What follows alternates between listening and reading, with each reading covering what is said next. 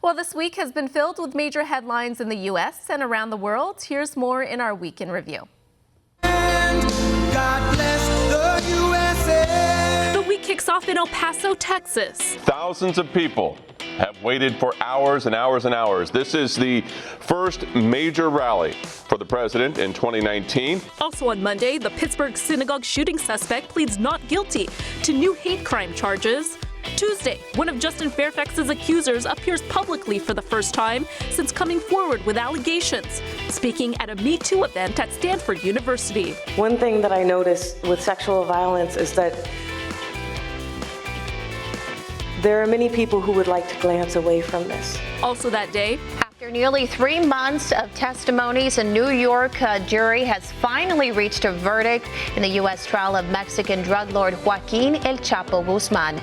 Today, a jury in Brooklyn found Joaquin Guzman guilty of all 10 counts of drug trafficking after 6 days of deliberations. And midweek, the Waffle House shooting suspect pleads not guilty to 17 charges in connection with the deadly shooting at the Tennessee restaurant last year. Also on Wednesday, the U.S. charges a former Air Force officer with spying for Iran.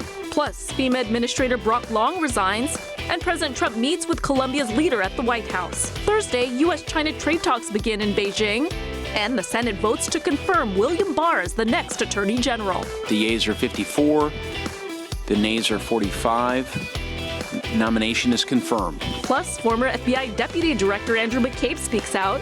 I was very concerned that I was able to put the Russia case on absolutely solid ground in an indelible fashion, that were I removed quickly or reassigned or fired, that the case could not be closed or vanish in the night without a trace. Finally, on Friday, President Trump taps into his executive orders declaring a national emergency on the southern border. He thinks that his national emergency is constitutional. They realize it's going to be held up in the courts. They realize they're going to be facing legal battles that'll hold it up for quite a while, but ultimately the president feeling like they'll win out. In Chicago, 2 brothers are arrested in connection with actor Jussie Smollett's alleged attack.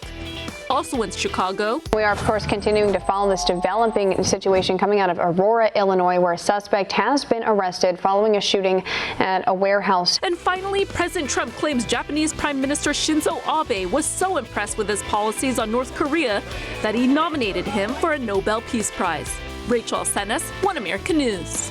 Want to see more videos like this? Click on the link below and subscribe to One America News on YouTube, and call your cable provider and kindly demand that One America News is added to your lineup.